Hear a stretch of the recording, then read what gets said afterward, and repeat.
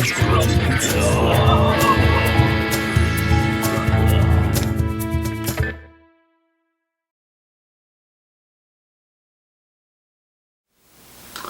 hoy!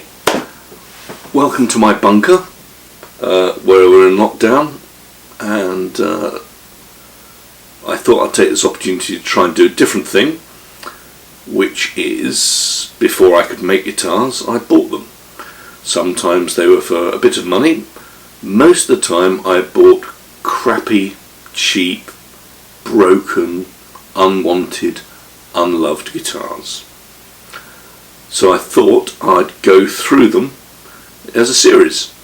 Tell you what they were, tell you what they are now, what I've done to them, and what probably still needs doing to them. So while we're on lockdown, welcome to Gavins Grotty guitars. The first guitar we're going to look at is the second or third guitar I ever purchased. It was originally purchased by a school friend called Richard Voice. Hi Richard. It's this, recently rescued from my mother's loft. I haven't looked at it or seen it in years. Oh dearie me. This is a Westone Raider 1. It is, looking at it, 15, 17, 19, 21, right, okay, 21 frets. This is a 1994 Westone Raider. It did not look like this to start with. It has been through many different guises. It started off solid red. They had 4 sets of colours, I believe: black, red top, and then a couple of sparkles. There was a silver and black one that a guitarist from Damned had, and a couple of really hideous, maybe a yellow and gold one. Here's some photos of what they looked like originally.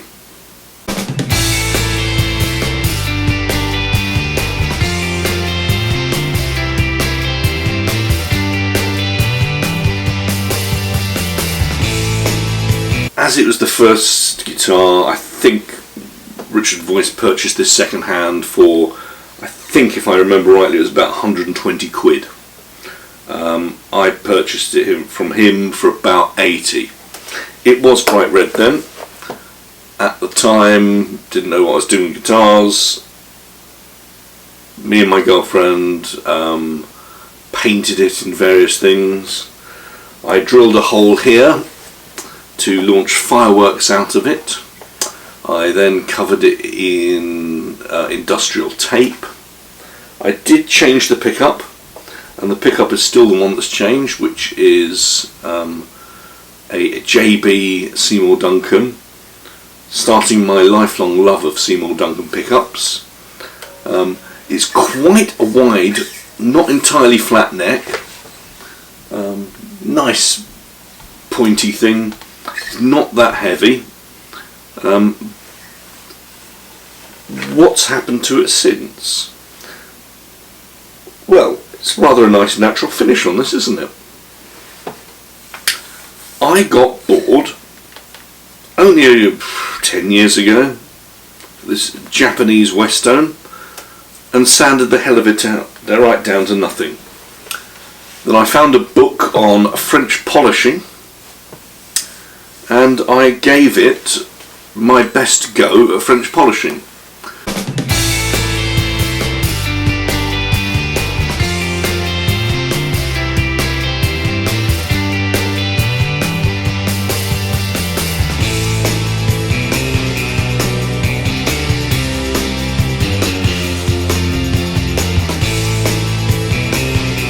Didn't even bother looking up on YouTube how to do it. I literally took a book and tried to do it from that.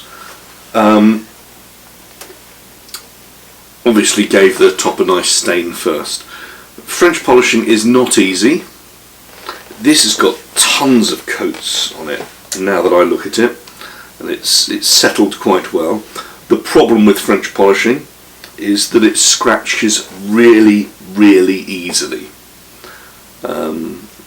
Nice new knob on it. I have not checked the action or anything in here for years. Brass bridge, enormous fun. Let's tune it up and see if it still plays.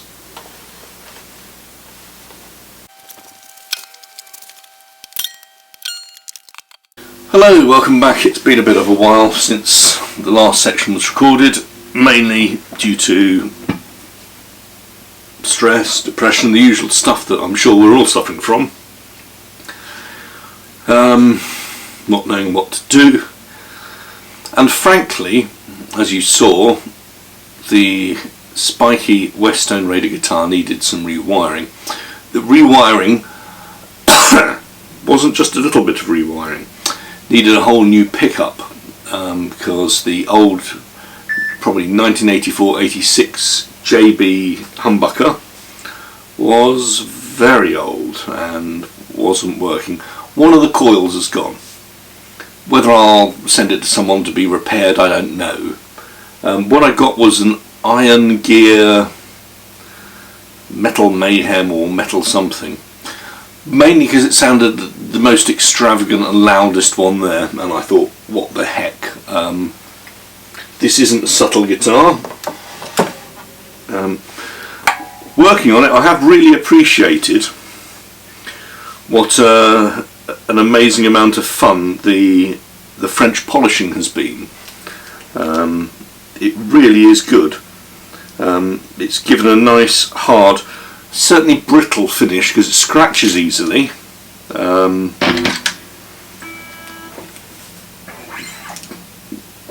Is it in tune?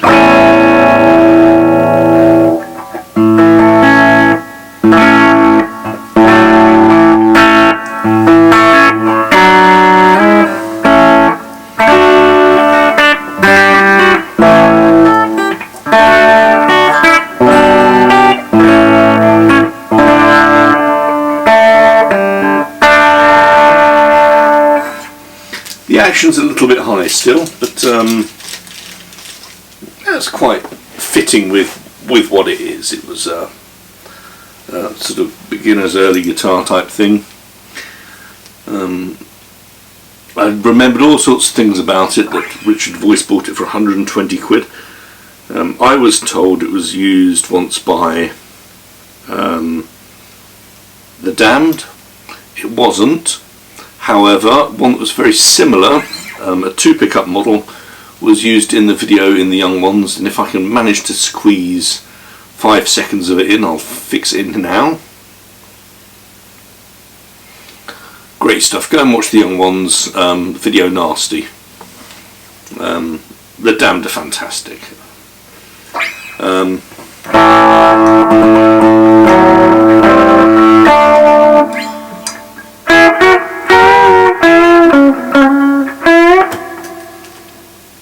Playing through as usual the Fender Deluxe VM, probably a 3rd or 4th version of the Deluxe amp. The one behind it's better, which is the Deluxe Reverb 2, handled by Paul Riviera, his favourite amp he's ever made. Am I missing a delivery? No, next door are. It's a shame. Am I going to... It's nice to get deliveries, even though we're in lockdown. Instead of wiring up, obviously I've shaved my beard, I've had a few washes, my hair's grown, I've replaced a fence, I've cleaned and resealed the shower. I did everything but do the soldering. The soldering actually was really quite fun and easy to do. There we go, we learn and we live.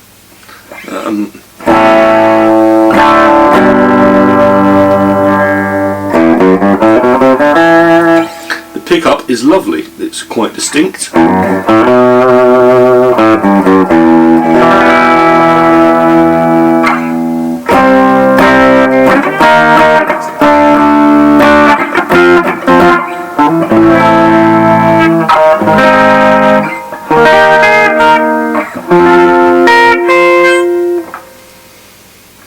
little dead spots. The frets are quite small, but what does it sound like with some noise?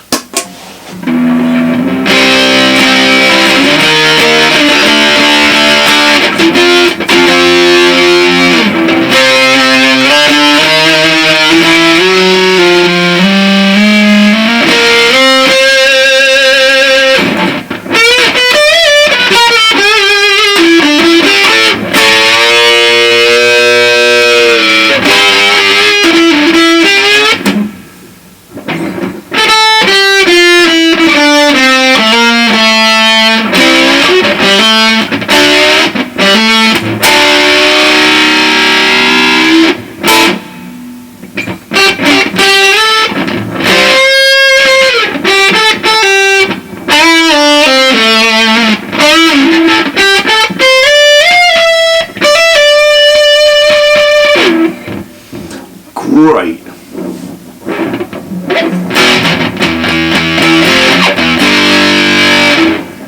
What about full masters?